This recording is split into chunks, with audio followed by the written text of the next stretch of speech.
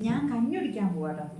ഞാൻ ചോറിനകത്തേക്ക് ദേ ഈ മോര് ഇത് ഇങ്ങനെ അങ്ങ് ഒഴിച്ചിട്ട് ഈ ഉണക്കപ്പയർ ഇങ്ങനെ അങ്ങ് വിതറി ഇങ്ങനെ ഇങ്ങനെ ഇങ്ങനെ ഇങ്ങനെ വെച്ചിട്ട്